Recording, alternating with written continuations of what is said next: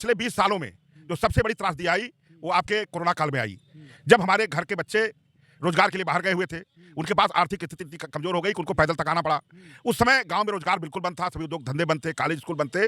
तब मनरेगा की जो योजना थी उसी ने ग्रामीण जीवन को जीवन देने का काम किया था। आप 20 की बात कर रहे हैं, 20 की आंकड़े जो कि सरकार के द्वारा मनरेगा पे लगभग 1,11,000 कुछ करोड़ रुपए खर्च किए गए। वो आंकड़ा 24 और 25 में लगभग 86,000 करोड़ आ जाता है, यानी 23% का यानी कम हो जाता है। आप कह रहे हैं कि मनरेगा जो है वो युवाओं को या लोगों को सहायता देने का काम किया, लेकिन वो घट के आंकड़े कम हो गए, कैसे? उसका कारण ये था, महात्मा पर तकरार, क्या मिलेगा राम जी के नाम पे रोजगार। आदाब, नमस्ते, मेरा नाम सलमान है, आप देख रहे हैं घूमता चक्र 24। आप हमारे पीछे देखेंगे कांग्रेस पार्टी के नेताओं का यहाँ पे आज उपवास और धरना प्रदर्शन था। ये सभी आप देखेंगे, सभी लोग यहाँ पे खड़े हैं। इन सभी का आज नरेगा योजना जो कि अब बीबीजी राम जी यानी विकसित भारत जी राम जी के तहत हो चुकी है। पहले के नियमों में, पहले के जो कानून था जो कि यूपीए सरकार के द्वारा लगभग 20 साल पहले लाया गया था, 15 से 16 साल पहले उसका नामकरण किया गया था। अब वो नाम बदल दिया गया है और नाम के साथ साथ उसमें कुछ बदलाव भी किए गए हैं। जैसे काम 100 दिन, अब वो 125 दिन। पहले 90 से 10 के बीच में राज्यों और केंद्र की हिस्सेदारी तय होती थी, अब वो लगभग 60 और 40% की हिस्सेदारी होगी।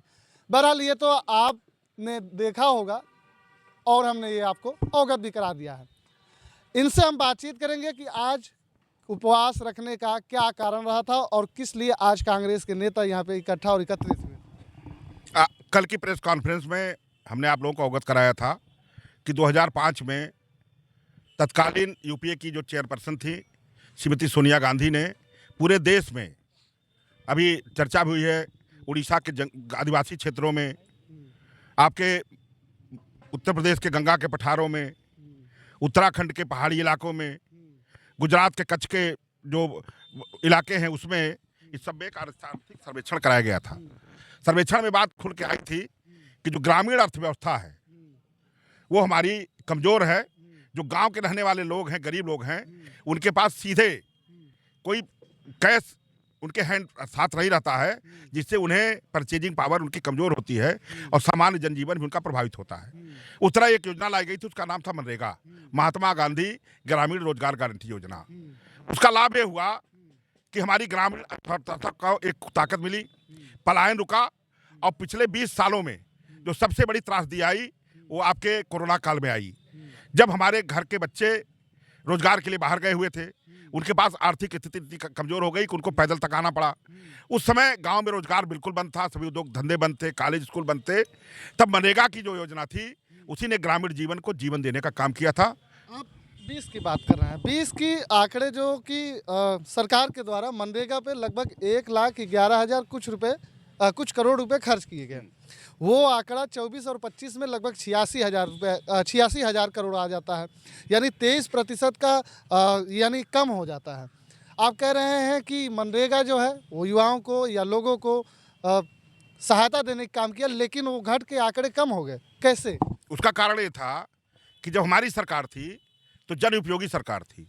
आपको आश्चर्य होगा कि 2014 से लेकर के 2025 के बीच में 13 लाख करोड़ रुपया उद्योगपतियों का माफ किया सरकार ने। तो पैसा तो कहीं आएगा और कहीं जाएगा। उन्होंने मनरेगा की योजना पे धन कम किया धीरे धीरे, और जो आप कह रहे हैं कि 23% धन कम किया गया, उसी 21% उसी का हमने और हमारी पार्टी ने लोकसभा में विरोध किया। और आज भी हम आपसे कह रहे हैं कि जो मनरेगा में संशोधन किया गया है वो सिर्फ अपने उद्योगपति साथियों को सस्ते में लेबर मुहैया कराने के लिए किया गया है, इसीलिए मनरेगा के कानून में तब्दीली की गई है। उनका कहना है कि जैसे ये कटाई बुआई जो चल रहा है, धान रोपाई, इन सब कामों में भी मजदूरों को लिया जाएगा। जैसे पहले 100 दिन था, अब 125 हो गए।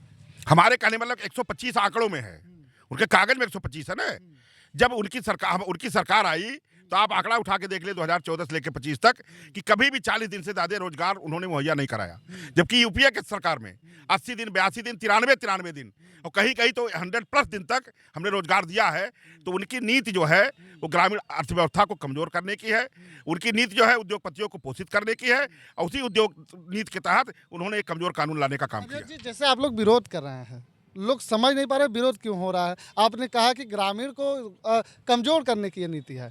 फिर वही बात सरकार कह रही है कि भाई हम 125 दिन काम देंगे। तो कमजोर कैसे हो रहा है, मैं ये जानना। कमजोर ऐसे हो रहा है हाँ। कि दो तरह का वर्गीकरण किया गया था जब हमारी यूपी की सरकार थी। हम्म। जो अविकसित राज्य थे उसमें 100% फंडिंग के सरकार द्वारा की जाती थी, और जो विकासशील राज्य थे उसमें 90% फंडिंग की जाती थी।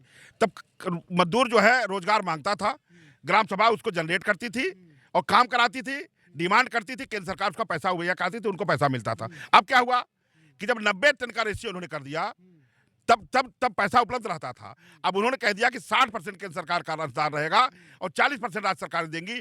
आप बताइए, आंकड़ा उठा के देख लीजिए, तमाम राज्य सरकारें अपने जो कर्मचारी उनको तनख्वाह नहीं दे पा रही हैं, उनको बोनस नहीं दे पा रही है, उनकी ग्रेच्युटी नहीं दे पा रही है, रिटायरमेंट के बाद उनको उनका धन नहीं दे पा रही हैं। तो वो सरकारें मनरेगा की योजना को कैसे संचालित करेंगी? इसका सीधा सीधा कारण ये है, 40 का फर्क होगा क्या? फर्क नहीं होगा, बिल्कुल योजना बंद हो जाएगी। उसका आपको असर दिखने लगा होगा कि हमारे उत्तर प्रदेश में पंचायत के चुनाव सन्निकट हैं।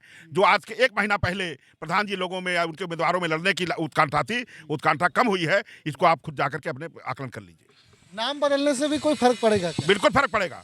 नाम बदलने से सबसे बड़ा फर्क ये पड़ेगा कि अभी अखबारों में निकलता था तो हम कहते थे मनरेगा घोटाला हुआ है, मनरेगा घोटाला हुआ है, एक सामान्य सी बात चल रही थी। अब क्या होगा कि राम जी घोटाला हुआ है, तो भारतीय जनता पार्टी ने राम जी को ही घोटाले में घसीट दिया। नहीं, तो वो तो काम यूपीए ने तब कहेंगे आपकी ये महात्मा गांधी जी को कर घोटाले में घसीट दिया। जी नहीं, महात्मा गांधी नाम नहीं था, उसका समग्र नाम मनरेगा था, जो तब भी था, आज भी आने वाले दिनों में भी रहता। वो मनरेगा नाम हमने डाला, हमने महात्मा गांधी नाम नहीं डाला, उन्होंने राम जी डाल दिया जबरन। और आप बताइए, उनके कौन से सिपाह सालार थे, उनके कौन से सलाहकार थे कि 12 शब्दों में से 4 शब्द हिंदी का है और 9 शब्द अंग्रेजी का है? कोई ऐसी योजना बताइए जिसमें हिंदी और अंग्रेजी के दोनों शब्द होते हों। लेकिन नहीं, बीजी राम जी में हिंदी भी है, अंग्रेजी भी है। तो ईश्वर जाने कि वो हिंदी को प्रोत्साहित करना चाहते हैं या अंग्रेजी को बढ़ावा देना चाहते हैं। कहीं लग रहा हो शायद ट्रम्प से आजकल ज़्यादा दोस्ती चल रही है। नमस्ते मोदी जी। तो ये थे कांग्रेस के जिला अध्यक्ष विजय सिंह जी। इनकी बातों को आपने सुना, मैंने तमाम सवाल किए जिसके जवाब आपको सुनने को आगे मिलेंगे। इस पर क्या राय रखते हैं आप हमें ज़रूर बताइएगा। लेकिन जो इनका लास्ट में जो एक लाइन थी, ये आधा हिंदी आधा अंग्रेजी, ये मज़ेदार है और कहीं ना कहीं ये कह सकते हैं कि मोदी जी या मौजूदा सरकार या सत्ता पक्ष भारत के लोगों के साथ साथ अमेरिका के लोगों को भी खुश करने की तरकीब बना चुकी है। क्या इस पर रखते हैं राय, आप हमें ज़रूर बताइएगा। महाराजगंज से घूमता चक्र 24 के साथ सहयोगी साहिल जी, सलमान अली बंजारा। जय हिंद।